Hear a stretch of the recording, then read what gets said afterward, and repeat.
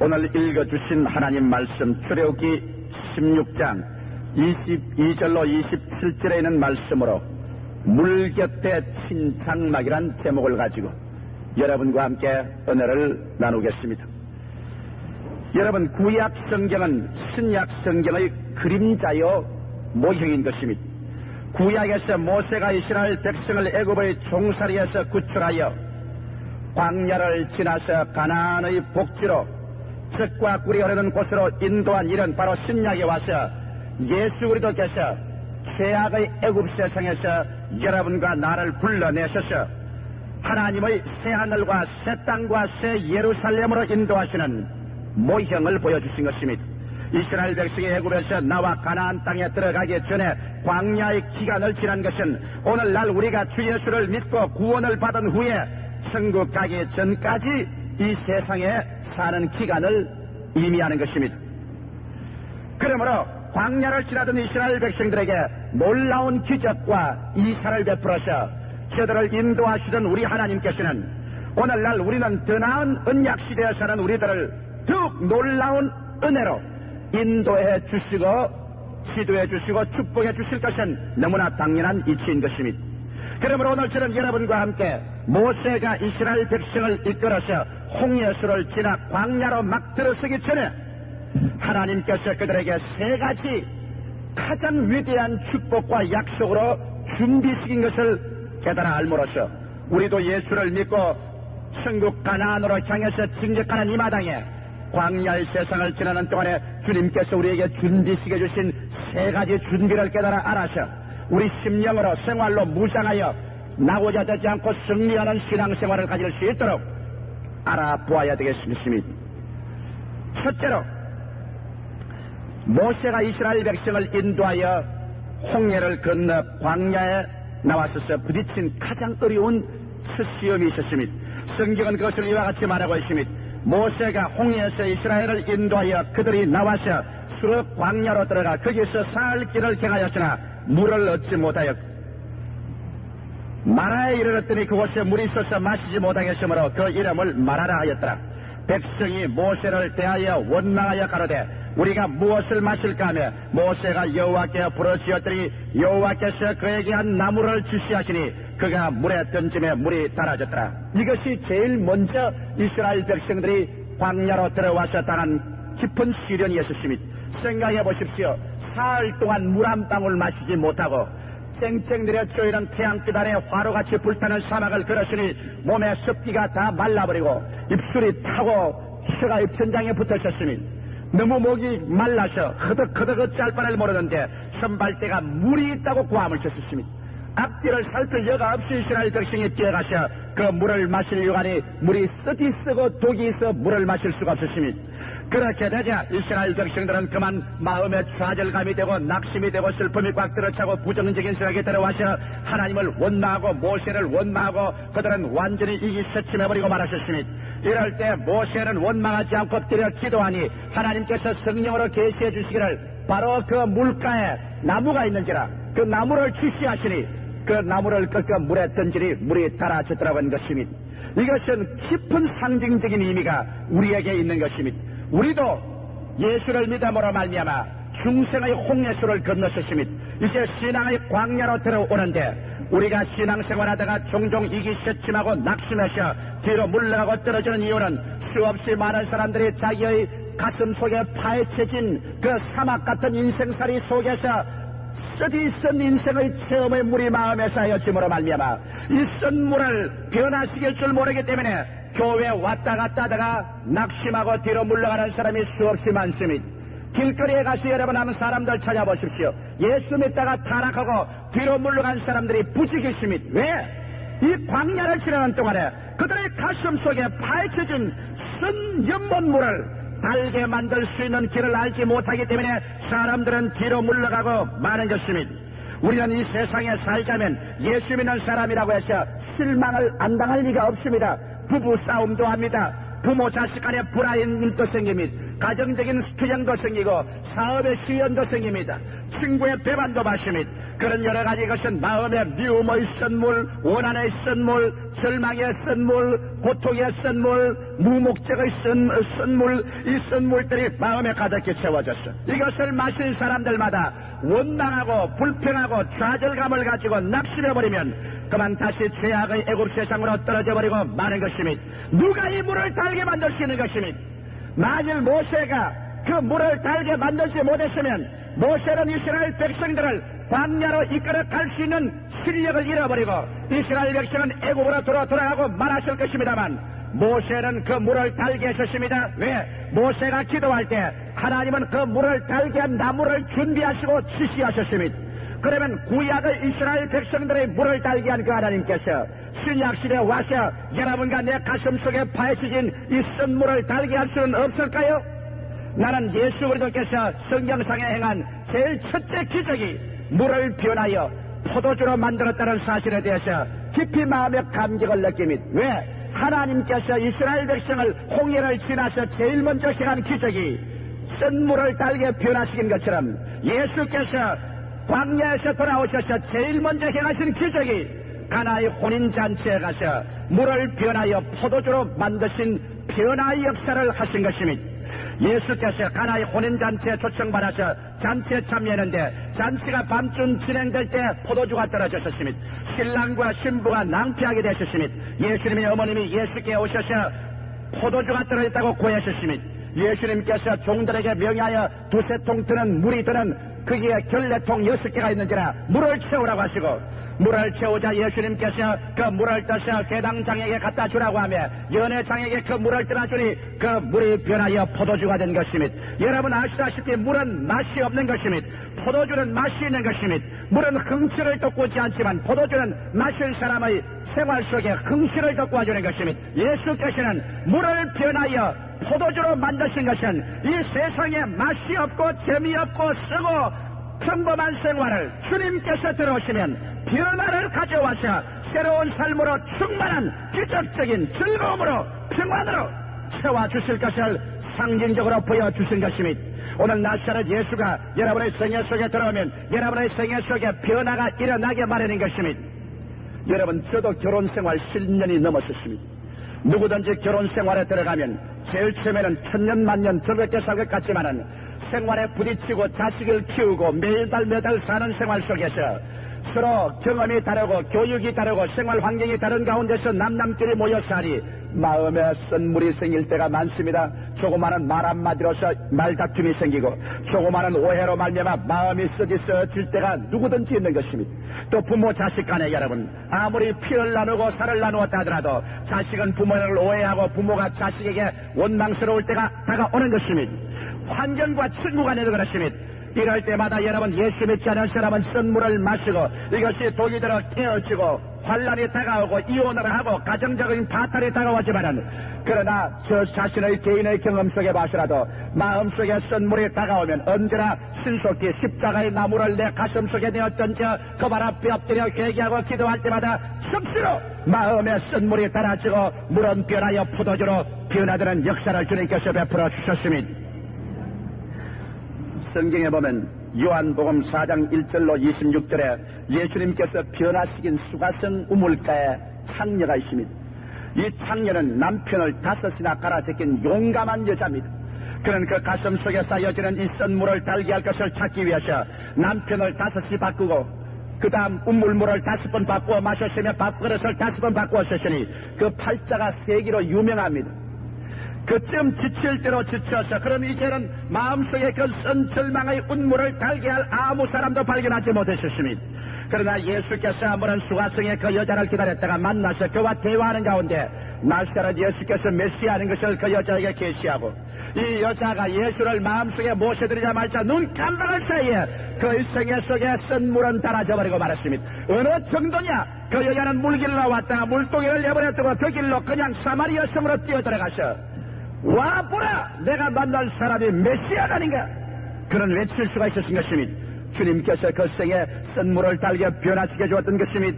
성경에 보면 사도행전 9장 1절로 22절까지 해도 사도 바울 선생은 바울이 되기 전에 사울이었으며 가장 맹렬한 기독교의 공격자였으며 그는 예수 교인들을 잡아 죽이고 감옥에 갇혔으며 스데반을 죽일 때 그는 지도자였으며 그는 제사장에게 예수 교인을 잡아 감옥에 가두고 죽일 수 있는 고난을 받아서 다메섹에 예수 교인을 잡으러 가셨으며 군대를 거느리고 말을 타고 다메섹 도성이 보이는 가까이 갔는데 수리아의 햇빛은 마치 비가 쏟아지듯이 쏟아지는 햇빛이며 그런데 그 햇빛보다 더 밝은 광채가 하늘에서 비치더니 사울이 그 빛을 보고 땅에 엎드려지는지라 하늘에서 소리에서 가로되 사울아 사울아 어찌하여 나를 핍박하는가 네 신이니까 나는 네가 핍박하는 예수라. 그 계시를 받고 사울은 즉시로 예수를 마음속에 모시자 교회에 대한 서리신 원한의 물이 달아져버리고 말하셨으며 그런 변화를 받아 사울이 바울이 되고 종교 역사상 우리 기독교 역사상 가장 위대한 지도자가 되고 선교사가 되었던 것이며 예수님은 그와 같은 변화 역사를 베푸는 것이며 우리 근세사에서 가장 위대한 변화를 받은 한 가지 사건은 신학자요 음악가요 시인이요 목사가 되고 전도자가 된 존 뉴턴의 변화인 것입니다. 존 뉴턴은 영국 태생입니다. 그가 나이 7살 때 어머니가 세상을 떴습니다. 3년 동안 학교 다니다 집어치워버리고 아버지는 지중해를 오르락내리락하는 배의 선장이었는데 아버지를 따라 10살 때부터 배를 타기 시작했습니다. 그래서 그런 배를 타고 옛날에 뱃사람이 하는 모든 거칠은 삶을 다 배웠었습니다. 싸우고 칼로 찌르고 술 마시고 음란하고 도박하는 것 다 배웠었습니다. 그가 점점 자라나며 그런 점점 자기 마음속에 야성이 드러나고 목석 같은 인간이 되고 인간의 고통과 슬픔에는 아랑곳 없는 사람이 되어버리고 말하셨습니다. 그리고 그는 아프리카로 건너가서 아프리카의 선단에 가입을 해야 선장이 되고 그런 아프리카에는 노예들을 잡아서 배에 가득히 집어넣어가지고 미국에 가서 노예를 팔아먹는 노예 장사가 되었습니다. 눈물도 사정도 인정도 없는 가장 흉악한 사람이 되었습니다. 그러나 그가 7살이 되기 전까지 그 어머니는 열심히는 신자였습니다. 그 어머니가 아들을 위해서 눈물을 흘리며 그 아들을 주님께 부탁했는데 그 어머니의 기도가 이 사람을 평생 동안 따라다니는 것입니다. 그가 노예들을 잡아서 배에 싣고서 태서양을 건너가는 동안에 그 비위생적인 환경 가운데 수없이 노예가 죽어갑니다. 죽어가면 노예의 시체를 바다에 던지기 때문에 상어떼들이 줄을 지어 따라오면서 그 시체를 받아먹습니다. 그는 바다 위에 앉아서 심심하니까 나와서 술을 마시면서 산노예를 불러옵니다. 산노예들이 상상이 와서 춤을 추게 합니다. 그들은 단말 맛쪽으로 죽음을 앞두고 춤을 춥니다. 그러면 흥이 돋치어지면 이 뉴턴은 말했습니다. 한 녀석을 끌어내라. 산채로 바다에 던져버립니다. 산채로 그가 가꿀로 떨어지면 상어떼가 머리로부터 입으로 덥석 받아뭅니다. 그러면 그 발을 버둥거리는 것을 보고 호탕하게 웃었습니다. 그는 짐승보다 더 무서운 산 악마였습니다. 그러나 한 번은 태서양을 항해하는 동안에 큰 폭풍우를 만나게 되었습니다. 하늘에 먹장구름이 끼고 내성 병력이 치고 배가 파선 위기에 처했습니다. 그럴 때 그는 자기의 포켓도에 항상 넣어다니는 성경책을 끄집어냈습니다. 그리고 하나님 앞에 엎드려서 말했습니다. 내 어머니의 하나님이시여 나에게 한 번만 기회를 주십시오. 내게 한 번만 기회를 주셔서 나를 건져주시면 나는 남은 여생을 영원히 주님을 위해서 살겠습니다. 하나님께서는 그 어머니의 기도를 들어주었습니다. 그의 가슴 속에 쓰디쓴 운물 속에 연못 속에 예수 그리스도의 십자가가 뛰어들어오자마자 그는 그 선실에서 그 파도가 잠잠해질 때 영원히 변화되어 버린 존 뉴턴으로 나타나고 마는 것입니다. 그의 아무 사람도 변화시킬 수 없는 사자같이 맹폭하고 인정도 사정도 없는 흡혈귀 존 뉴턴이 예수 그리스도의 십자가 그 가슴 속에 들어오자마자 변화되어 그렇게도 성자가 되고 맨발의 복음 전도자가 되고 그런 신학자요 전도자요 찬송작가요 시인이 되었습니다. 남은 여성을 그는 늘 속죄를 하기 위해서 눈물을 흘리며 복음을 전가하고 하나님의 위대한 주의 종이 되었던 것입니다. 바로 그가 지은 노래 중에 하나의 대표작이 여러분과 제가 부르는 그 신원의 복된 말씀 죽은 나 살렸네 죽을 죄인 살길 찾아 어두운 눈 밝았네. 이것은 자기 신앙의 고백입니다. 처절한 절망 가운데 극악한 생활 가운데 예수께서 들어오자마자 그의 생애를 변화시킨 깊은 감격의 찬송을 지어서 불렀던 것입니다. 우리 찬송 다 같이 한 번만 더 불러보십시다. 거실원에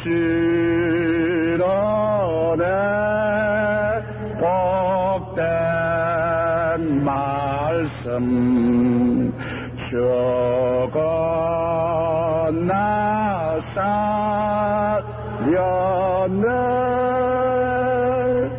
죽은 죄인 살길 찾아 어두운 눈 박았네.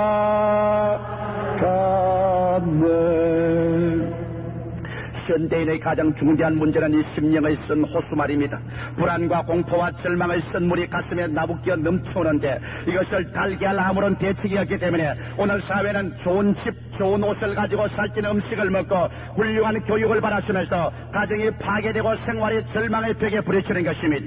오늘 현대인들은 누구를 불구하고 다 영적인 쓴물을 마시고 있습니다. 양심을 헤쳐놓으면 양심의 죄책과 정죄함으로 꽉 들어차 있기 때문에 사람들은 양심을 덮고 또 덮어 감추고 삽니다. 그러나 그 쓴물을 마시지 아니할 수 없는 것입니다. 죄책과 정죄감의 쓴물인 것입니다. 인간의 마음은 교육을 받으면 받을수록 인생의 허무와 무의미와 불안과 공포의 절망을 더 깊이 느낍니다. 이러므로 인간의 마음은 오늘날 가득한 허무와 무의미의 쓴물을 마시고 있습니다. 전 세계적으로 가장 틈만한 것이 허무와 무의미주의인 것입니다. 어디에서 와서 무엇 때문에 살며 어디를 가는지 모릅니다. 돈을 모아도 만족이 없습니다. 지혜와 명예를 얻어도 만족이 없습니다. 인간은 그 마음이 허무와 무의미의 쓴물을 마시고 있으며 육체적으로는 젊음이 늙어지고 또 젊은 사람들이 암으로 넘어지고 폐병으로 넘어지고 심장병으로 쓰러지고 고혈압으로 쓰러져 갑니다. 죽음의 절망의 쓰디쓴 물을 마십니다. 그러므로 인간은 죄책과 절망의 쓴물, 허무와 무의미의 쓴물, 죽음과 무의 쓴물을 마시고 그들을 해결할 길을 몰라서 발부둥을 치고 있는 것입니다. 누가 이 물을 달게 할 수 있는 것입니까? 어떻게 이 물을 달게 할 수 있는 것입니까? 이미 광야를 들어선 우리 사람들에게 주님은 모세를 통하여 그것을 보여준 것입니다. 불평과 원망과 탄식하는 사람이 그 물을 달게 하는 것이 아니라 나무를 하나님이 지시하시니 그 나무를 뜯고 던지는 사람마다 그 물을 달게 하는 것입니다. 도대체 이 나무는 무엇일까요? 하나님이 만드신 십자가인 것입니다. 오늘 십자가의 도는 기도하지 않고는 깨달아지지 않습니다. 인간의 이성이나 과학이나 철학이나 연말을 통하여 십자가의 도를 깨달을 수가 없습니다. 성경에는 말하기를 십자가의 도가 멸망하는 자에게는 미련한 것이요 구원을 얻는 우리에게는 하나님의 능력이라고 말하셨습니다. 이러므로 십자가의 도는 성령으로 말미암아 계시되어 오는 것입니다. 이성으로 깨달아지는 것이 아니라 심장 속에 성령이 와서 가르쳐주는 것입니다. 십자가를 도인 믿으시면 아멘 하십시다. 그렇다면 여러분은 성령으로 가르침을 받은 사람들인 것입니다. 성경은 말씀하기를 하나님의 신령한 것은 육으로 알지 못하나니 이런 저들에게 어리석게 보이며 또 깨닫지도 못하나니 신령한 일은 신령한 것으로 분별한다고 말하는 것입니다. 오늘 성령께서 오셔서 모세에게 그 나무를 보여준 것처럼 십자가의 도를 하나님 성령이 계시해 주시고 이 십자가에 죽었다 부활하신 그리스도의 복된 소식을 받아서 내 쓰디쓴 눈물의 가슴 속에 십자가의 도를 내어 던져버리면 즉시로 여러분의 마음속에 위대한 변화의 기적이 성령으로 일어나서 쓴물이 변하여 기쁨과 평화로 따라져버리고 마는 것입니다. 이것은 하나의 체험인 것입니다. 이것은 인간의 이론이나 수학 공식이 아닙니다. 이거는 절실한 마음의 변화여 인간적인 체험인 것입니다. 이래서 광야를 지나는 사람이 제일 먼저 알아야 될 것은 자기의 영혼의 쓴물을 달게 변화시키는 십자가의 도와 그 기적을 알아 이를 믿고 나가야만 되는 것입니다. 둘째로 하나님께서는 이스라엘 백성들에게 광야를 지나기 위해서 준비시켜준 것이 있습니다. 여기에 여호와께서 그들을 위하여 법도와 율례를 정하시고 그들을 시험하실세 가라사대 너희가 너희 하나님 나 여호와의 말을 청종하고 나의 보기에 의를 행하며 내 계명에 귀를 기울이며 내 모든 규례를 지키면 내가 애굽 사람에게 내린 모든 질병의 하나도 너희에게 내리지 아니하리니 나는 너희를 치료하는 여호와임이시라. 두 번째 하나님께서 광야를 지나는 이스라엘 백성들에게 계시한 것은 하나님은 치료하는 하나님이라는 것입니다. 이 말씀이 우리에게 얼마나 중요한지 모릅니다. 우리는 치료가 필요한 사람들인 것입니다. 왜? 이 세계가 병든 세계인 것은 세계를 만든 사람이 병들었기 때문인 것입니다. 우리의 사회가 병드는 것은 사회인이 병들었기 때문인 것입니다. 가정이 병든 것은 부부가 병들었기 때문인 것입니다. 우리 사람들은 육체가 병들고 생활이 병듭니다. 이 병드는 사람을 치료해주는 하나님의 기적이 없이는 이 광야를 지나기 전에 시체가 되어버리고 말 것인 것입니다. 이스라엘 백성을 보십시오. 300만이나 되는 사람이 위생시설이 없는 곳에 광야를 해를 지어 지나가는데 그들은 의사도 없고 약도 없습니다. 병들면 누가 고치겠습니까? 유행병이 유행한다면 모든 이스라엘 백성은 다 죽고 말 것입니다. 그러나 하나님께서 이스라엘 백성에게 광야를 지나가는 사람에게 보증하기를 나는 너희를 치료하는 여호와라고 말해주신 것입니다. 오늘날 우리도 인생 광야를 지나갈 때 여러분과 나의 하나님께서는 우리의 병 고치는 치료자가 되어서 우리를 따라오는 것입니다. 도대체 병은 어디에서 오게 된 것입니까, 여러분? 성경에는 병의 근원을 말하고 있는 것입니다. 병의 근원은 원죄의 결과로 오게 된 것입니다. 사람이 죄를 짓기 전에는 병도 없고 죽음도 없었습니다. 왜? 창세기 2장 17절에 말하기를 선악을 알게 하는 나무의 실과는 먹지 말라. 내가 먹는 날에는 정령 죽으리라고 말한 것입니다. 그 다음 창세기 3장 19절에 내가 얼굴에 땀이 흘러야 식물을 먹고 필경은 흙으로 돌아가리니 그 속에서 내가 취함을 입었음이니라. 너는 흙이니 흙으로 돌아갈 것이니라. 흙으로 돌아간 과정이 바로 병이 되는 것이요 죽는 것입니다. 죄를 짓지 아니했으면 사람이 흙으로 돌아갈 이도 만무한 것입니다. 그러나 죄값으로 말미암아 흙으로 돌아갈 것이라고 말했고 흙으로 돌아가기 위해서는 병이 들어서 죽어야 몸이 흙으로 돌아가는 것입니다. 이러기 때문에 오늘날 여러분 우리의 병은 그 근원이 원죄에서 온 것입니다. 이러기 때문에 완전한 치료는 예수 앞에 나오지 않고 완전한 치료가 없습니다. 아무리 의학이 발전되어 좋은 약을 먹고 수술을 받는다고 하더라도 오늘날 병원이 예수의 신앙과 결합되지 아니하고는 완전한 치료는 올 수가 없는 것은 왜? 병의 뿌리는 바로 죄에 있기 때문인 것입니다. 내 개인의 죄 아니라도 인류의 죄의 뿌리에 그 있는 것입니다. 죄를 용서받지 못하고 죄의 사망의 독을 뽑지 않고 진실한 인간의 치료는 올 수가 없는 것입니다. 이스라엘 백성이 가나안 땅에 들어오고도 하나님께서 이스라엘 백성을 경고해서 말하기를 그들이 죄를 지으면 그 대가로 병이 올 것을 말하시는 것입니다. 신명기 28장 20절로 22절에 보면 내가 악을 행하여 그를 잊음으로 내 손으로 하는 모든 일에 여호와께서 저주와 공고와 견책을 내리사 망하며 속히 파멸케 할 것이며 여호와께서 내 몸에 연병이 들게 하사 내가 들어가 얻을 땅에서 필경 너를 멸할 것이며 여호와께서 폐병과 열병과 상함과 학질과 한재와 풍재와 썩는 재앙으로 너를 치시리니 이 재앙들이 너를 따라 너를 진멸케 할 것이라.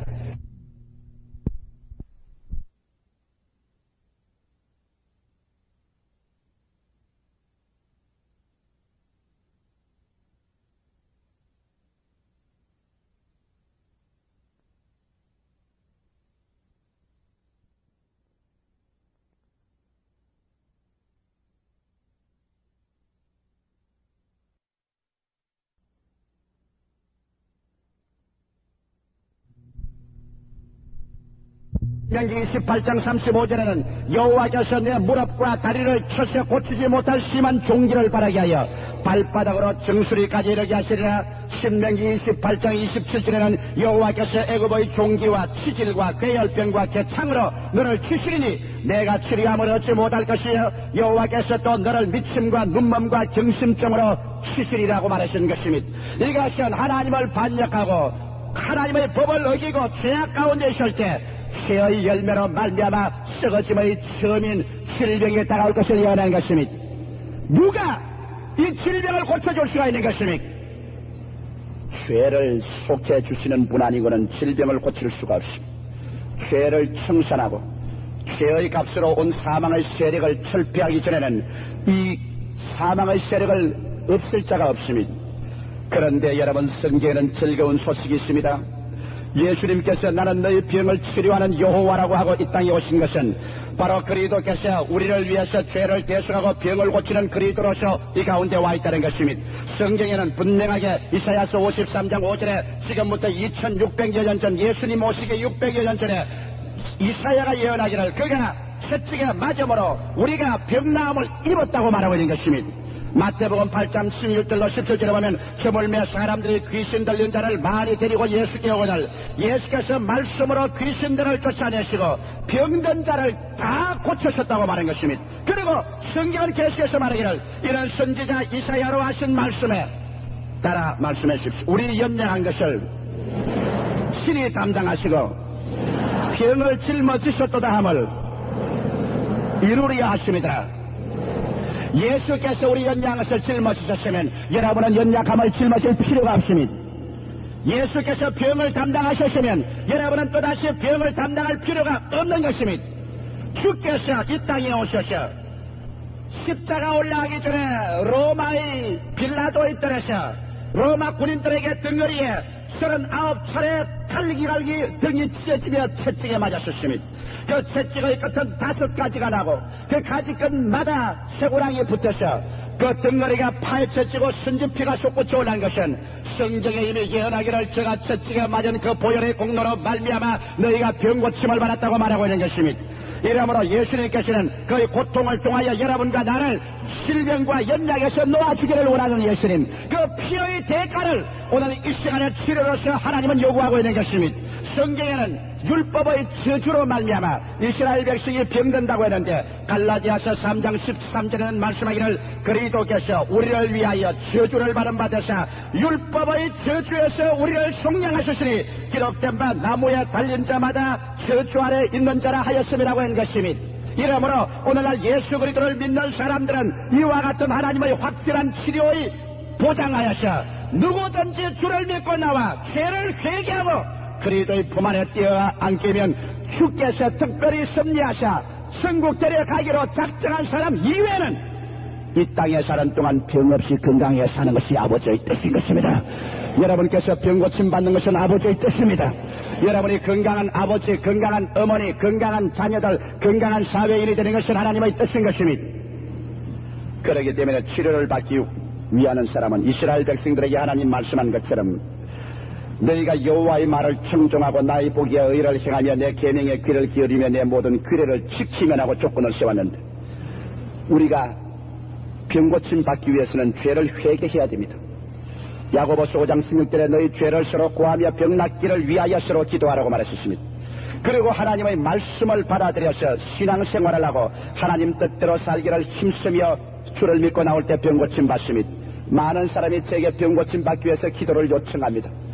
수많은 사람이 병이 낫고 또 수많은 사람이 병이 안 낫기도 합니다. 준비가 되지 아니하면 낫지를 않습니다. 많은 사람들은 제게 안수기도를 받을 때 죄는 회개하지 않고 병만 나으려고 합니다. 또 말씀은 받아들이지 아니하고 병고침만 받으려고 합니다. 그래서 목사님 병원으로 와주십시오. 우리 집으로 오십시오.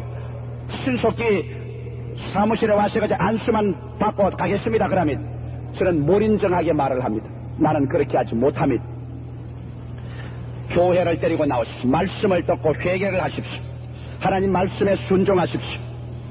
그리고 믿으십시오. 그러면 주께서 고칩니다. 나는 한 사람도 고친 적이 없고 나는 못 고칩니다. 나는 고치는 예수 그리스도를 중매하는 중매꾼에 불과한 것입니다. 한 번은 우리 집에 있는데 어떤 할머님과 그 딸 시어머니와 며느리가 집에 찾아왔어요. 와서 하는 말이 뭐냐면 우리 남편을 목사님 댁에 데리고 올 테니까 안수기도를 좀 해달라는 것입니다. 제가 아주 얼음장같이 되었습니다. 쌀쌀하게 되었습니다. 왜? 저는 단지 한마디로서 거부해버렸습니다. 그분은 다른 교회 나가는 교인인데 교회에 와서 말씀은 듣지 않고 죄 회개는 하지 않고 살짝 우리 집에 와서 안수기도만 받아 병을 고치게 된 것입니다. 저도 인정사정이 있게 말할 수가 있어요. 적당주의적으로 오십시오. 안수해 주십시오. 그러나 그것은 조용기에게는 위선입니다. 왜? 내 손에는 병 고치는 능력이 하나도 없기 때문인 것입니다. 나는 예수 그리스도의 종으로서 저의 부르심을 받아 치료의 메시지를 전하는 메신저에 불과합니다. 그래서 난 말했습니다. 나는 그런 사람 아닙니다. 우리 집은 병 고치는 병원이 아닙니다. 병원에 데리고 가십시오. 그러나 만일 당신의 남편이나 아들이 낫기를 원하거든 주일날 교회로 데리고 오든지 수요일날 교회로 데리고 와서 회개하고 말씀을 듣고 주님 중심으로 서십시오. 그러면은 그때는 제가 기도를 해드리겠습니다. 그 이외에는 나는 못합니다. 그러니까 두 분이 밖에 나가면서 현관에서 목사라 그런 것이 얼음장같이 싸늘하군. 참 쌀쌀해. 그리고 우리 맏아들이 듣고 들어와서 아버지 목사님이 그렇게 쌀쌀하면 씁니까? 나가면서 뭐라고 하냐면 둘이가 또 목사 참 냉정하다 이렇게 쌀쌀하냐는데 아버지 참 듣기가 안 좋습니다. 그래서 너는 모른다. 내가 쌀쌀하게 하는 이유를 너는 모른다. 정말로 자기들이 병 낫기를 원하면 내 쌀쌀한 것이 약이 될 것이다. 그러나 이 쌀쌀한 것을 그대로 받아들여서 간다면 그 사람은 병 낫지 못할 사람이다. 여러분 수없이 많은 사람이 전화로서 내게 찾아올 때 나는 똑같은 말을 합니다. 그리고 나는 병원으로 안 가려고 합니다. 왜? 병원에 가서 입원할 것 같으면 자동차 대절해서 교회를 오십시오. 와서 말씀을 들으십시오. 그렇게 하는 것은 제가 가옥에서 그렇게 하는 것은 아닙니다. 그 사람을 낫게 하기 위한 내 마음에 뜨거운 소원이 있기 때문에 그렇게 하는 것입니다. 적당한 주의로 해서는 하나님의 역사가 일어나지 않습니다. 성경에 분명하게 하나님이 저들을 시험하여 가라사대 내 복의 의를 행하며 계명의 귀를 기울이며 내 모든 규례를 지키면 내가 애굽 사람에게 내린 모든 질병이 하나도 너희에게 내리지 아니하리니 나는 너희를 치료하는 여호와라고 말했던 것입니다. 이러기 때문에 죄를 회개하고 말씀을 듣고 주님 중심의 살기로 마음의 결심을 내린 그 사람에게 오늘날 또 예수 그리스도는 성령으로 말미암아 기적을 베풀어 주시는 것입니다.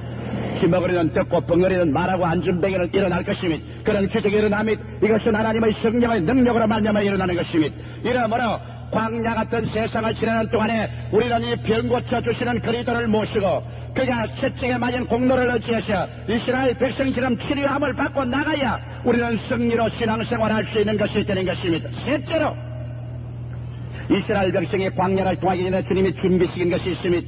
27절 이하에 그들이 엘림에 이르니 거기 물샘 12과 종려 70주가 있는지라 거기서 그들이 그 물 곁에 장막을 치니라. 여러분 마음의 병고침 받고 육신의 병고침 받는 것 좋은데 이제는 장막을 어디다 칩니까? 장막이란 도대체 여러분 무엇을 말하죠? 여러분 장막이란 것은 바로 우리 육신을 말합니다. 장막은 쉬운 말로 말하면 천막이요 행인과 나그네 생활을 대변하는 것입니다. 성경 말씀 고린도후서 5장 1절에 보면 만일 땅에 있는 우리의 장막집이 무너지면 하나님께서 지으신 집 곧 손으로 지은 것이 아니요 하늘에 있는 영원한 집이 우리에게 있는 줄 안다고 바울은 말했습니다. 그래서 여기 장막집이라는 것은 우리 육신을 말합니다. 물 곁에 종려나무 밑에 장막을 치라. 그 다음 또 장막집은 뭘 말합니까? 장막집은 우리의 세상살이의 인간집을 말합니다. 성경에 보니 히브리서 11장 9절에 믿음으로 제가 외방에 있는 것까지 약속하신 땅에 우거하여 동일한 약속을 유업으로 함께 받은 이삭과 야곱으로 더불어 장막에 거하였으니 집안 식구가 사는 집을 말합니다. 성경은 말하기를 광야를 지나려거든 우리의 육신의 장막과 우리 가정의 장막을 12샘 물곁 70조의 종려나무 밑에 장막을 치라는 것입니다. 이것은 무엇을 의미합니까? 여러분과 나의 생활 태도가 물 곁에 장막을 치는 태도를 취하지 않고는 안 된다는 것입니다. 여기에 이스라엘 백성이 사막 가운데 오아시스에 12물샘이 콸콸콸 옷같은 물을 토해내고 있습니다. 그러므로 이 물샘 12이라는 것은 이스라엘 12지파와 예수의 12사도처럼 하나님의 택함받은 숫자를 대표하는 것으로서 영적인 축복을 상징하는 것입니다. 이러므로 우리가 이 광야를 지나가려면 우리 영적으로 언제나 샘물 12 곁에 장막을 치라. 영적인 축복은 무엇이냐? 바로 하나님의 성신을 말하는 것입니다. 요한복음 7장 37절에 누구든지 목마르거든 내게로 와서 마셔라. 나를 믿는 자를 성경의 이름과 같이 그 배에서 생수의 강이 흘러나리라. 오늘 그러므로 우리가 광야를 지나기 위해서는 성신이 없이는 광야를 못 지낸다는 것을 말하는 것입니다. 12샘물은 바로 하나님이 선택받은 사람들에게 넘치게 주는 보혜사 성신을 말하는 것입니다. 성신이 여러분 속에 와서 샘물같이 넘쳐날 때 광야를 지날 때 우리 힘으로 감당할 수 없는 것 성신이 감당하게 해주시는 것입니다. 예수께서 친히 말씀하기를 내가 지금 너희에게 이럴 것이 많으나 지금은 너희가 감당치 못하리라. 그러나 성신이 오시면 너희가 권능을 얻고 감당하겠다고 말씀한 것입니다. 이러므로 여러분께서 광야를 지나면 12샘물인 바로 성신으로 마음속에 충만함을 발해야 되고 70조의 종려나무 밑에 장막을 치라는 것입니다. 70이라는 것은 이스라엘을 대표하는 70장로요 예수님의 70인 제자인 것입니다. 이것은 하나님의 총회의 대표를 말하는 것이며 육적인 축복을 상징하는 것입니다. 계시록 7장 7절에 보면 이 종려나무는 승리를 말합니다.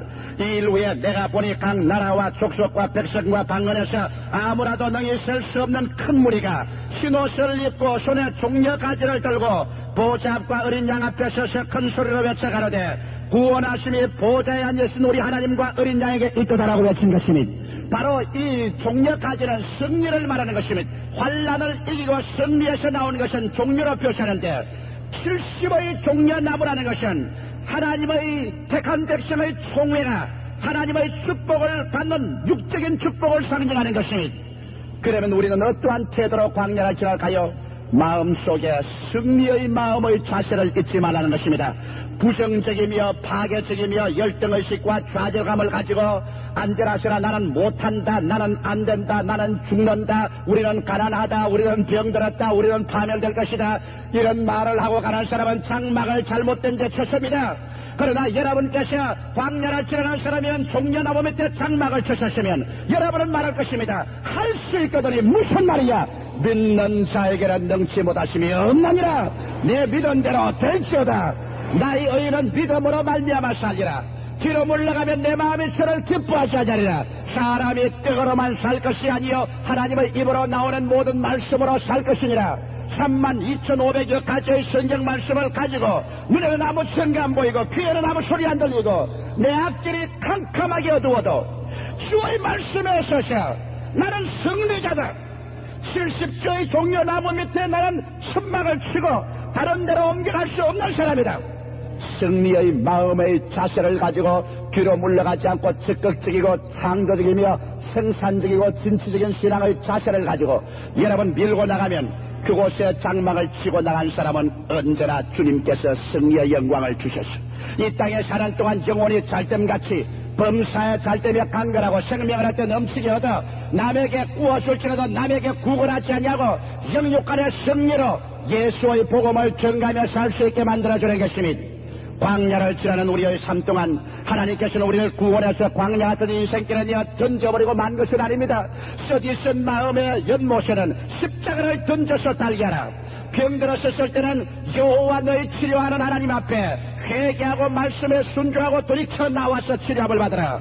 그리고 너희 삶의 태도는 항상 12샘 물인 성령의 장막을 치고 70조의 종려 가진 물질적인 축복의 종려나무에 밑에 장막을 쳐 언제나 승리적인 마음의 자세, 긍정적이고 적극적인 믿음의 자세를 버리지 말라. 그렇게 하면 우리의 신앙생활은 광야를 능히 승리하게 지나서 새하늘과 새 땅과 새 예루살렘에 영광스럽게 주께서 부르실 때 들어갈 수가 있게 되는 것입니다. 여러분과 나는 지금 광야길에 들어와 있습니다. 이 광야길을 여러분 어떻게 지나가시겠습니까? 예수님은 여러분을 그냥 내동댕이 치는 않았습니다. 여러분에게 세 가지 장비를 주셨습니다. 무장을 주셨습니다. 오늘 여러분은 여러분의 마음의 자세를 어떻게 하시겠습니까? 이 세 가지는 여러분의 모든 문제를 해결해 줍니다. 쓴 연못에는 십자가를, 병들었을 때는 유언되신 하나님을, 생활을 살아가는 태도는 12샘물과 종려 70주 밑에 장막을 치라. 다 같이 고개 숙이시기 바랍니다.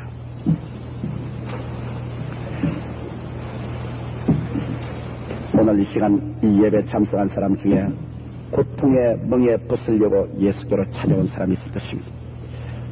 이 세상의 슬픔과 낭패를 당하고 괴로운 가운데 주님 앞에 두 손 들고 나온 사람들 있을 것입니다. 오늘 이 시간에 여러분이 주님 앞에 나올 수 있는 좋은 기회입니다. 주님께서는 그런 사람들을 지금 찾고 부르고 있습니다. 오늘 이 시간 이 자리에 오신 중에 아직 예수를 믿지 않은 사람이나 믿다가 타락한 사람은 하나님의 거룩하신 성령이 여러분 마음을 찾을 때 주님 앞에 나오십시오. 여러분과 나의 삶은 어느덧 황혼이 짙어지고 우리의 인생이 삽시간에 이 땅을 떠날 날이 쉬이 다가옵니다. 어디서 와서 무엇 때문에 삶이 어디로 가는지 알지 못하고 있다가 육은 죽어 흙이 되고 영은 영원한 멸망의 길에 던져지는 비참한 상황에 그러지 말아야 되겠습니다. 지금이 주어진 기회요. 하나님께서 여러분의 가슴 문을 두드리십니다. 아직 예수를 믿지 않은 사람이나 믿다가 타락한 사람은 오늘 주께로 나오십시오. 이런 사람은 이 시간에 일어나 주시기 바랍니다. 나는 구원받기를 원합니다. 날 위해서 기도해 주십시오 하시는 분은 이 시간에 일어나시기 바랍니다. 일어나서 주님 앞에서 여러분 마음을 주께 드리십시오. 여러분의 마음을 결단을 내리십시오. 오늘 이 시간에 여러분은 새 사람이 될 수 있고 새로운 삶을 얻을 수가 있습니다. 인생의 새로운 출발을 할 수가 있습니다. 사람이 인생을 살다가 새로운 출발을 할 수 있다는 건 얼마나 좋은지 모릅니다. 지금까지 살아온 것을 쫙쫙 그어서 구겨서 영원한 휴지통에 던져버리고 그리스도의 십자가 밑에 새로 지역을 받은 새 사람을 입어 새 출발을 할 수 있다는 것은 우리에게 위대한 축복인 것입니다. 오늘 주님은 그러한 축복을 주시기 위해서 여러분을 찾으시는 것입니다. 일어나신 여러분은 가슴에 손을 얹어주시기 바랍니다. 진실하고 참되게. 오늘 여러분이 일어난 것은 진실하고 참되게 일어난 것입니다. 오늘 여러분이 결정하는 이 결정은 하나님 앞에서 결정하는 것입니다. 이 기도는 하나님과 여러분 사이에 새로운 계약을 맺어주는 기도인 것입니다. 오늘 이 기도를 통하여 여러분의 생애는 영원히 사망에서 생명으로 악마의 세계에서 하나님의 자녀의 세계로 옮겨지고 마는 것입니다. 이 기도를 소리내어 따라해 주시기 바랍니다. 사랑하시는 예수님, 저는 죄인입니다. 어디에서 와서 무엇 때문에 살며 어디로 가는지 알지 못하고 방황했습니다. 하나님께서 저를 불러주시니 오늘 감사합니다. 주 예수 그리스도를 제 구주로 모셔드립니다. 십자가의 보혈로 제 죄를 씻어주시옵소서. 저를 증하게 하여 주시옵소서. 지금부터 천국 갈 때까지 예수님과 함께 살겠나이다. 저를 구원해 주시니 감사합니다. 예수님 이름으로 기도하옵나이다. 아멘. 제가 기도해 드리겠습니다. 아버지, 이 자리에 쓴 우리 형제 자매들 주님 영접하셔 주신 것을 감사합니다. 예수님 보혈로 씻으시고 하나님 성령으로 그 가슴 속에 인을쳐 주시니 감사합니다. 아버지 이미 구원받은 기적을 성령으로 말미암아 저들의 마음속에 일으켜 주신 것을 감사하옵나이다. 사망에서 생명으로 악마의 자녀에서 하나님의 자녀로 옮겨주셨사오니 이제 주님 오실 때까지 신앙으로 증진해서 그리스도의 나라에 임할 때 나고자 없게 하여 주시옵소서. 주님이 같이 계시고 축복하옵소서. 예수님 이름으로 기도하옵나이다. 아멘. 감사합니다. 그 자리에 고요히 앉아주시기 바랍니다. 여러분은 정말 하나님 앞에 좋은 결정을 내리셨습니다. 오늘 하나님께서 크게 기뻐하시고 하늘의 천사들이 즐거워하셨습니다. 이 결정을 굳세게 부여잡고 승리로 나가시기 바랍니다. 예수 그리스도를 구주로 모시고 사랑하시는 분은 한번 아멘 하십시다. 오늘 이 시간 여러분의 삶은 12샘 물과 종려 70주 밑에 있습니까? 그렇지 않으면 태양이 쨍쨍 내려 조이는 사막에서 내버림받아 말라져가고 있습니까? 여기에 주님께서 준비한 승신의 선물이 있고 여기 하나님이 주신 승리의 약속이 있는 것입니다. 삶의 자세를 바꾸십시다. 우리 이 시간에 다 같이 합심해서 기도할 때 하나님, 나의 삶을 샘물 12과 종려 70주 밑에 장막을 치도록 마음의 자세를 바꾸어 주시옵소서. 한 마음으로 열심으로 주님께 부르시어 기도하겠습니다. 다 같이 기도드리십시오.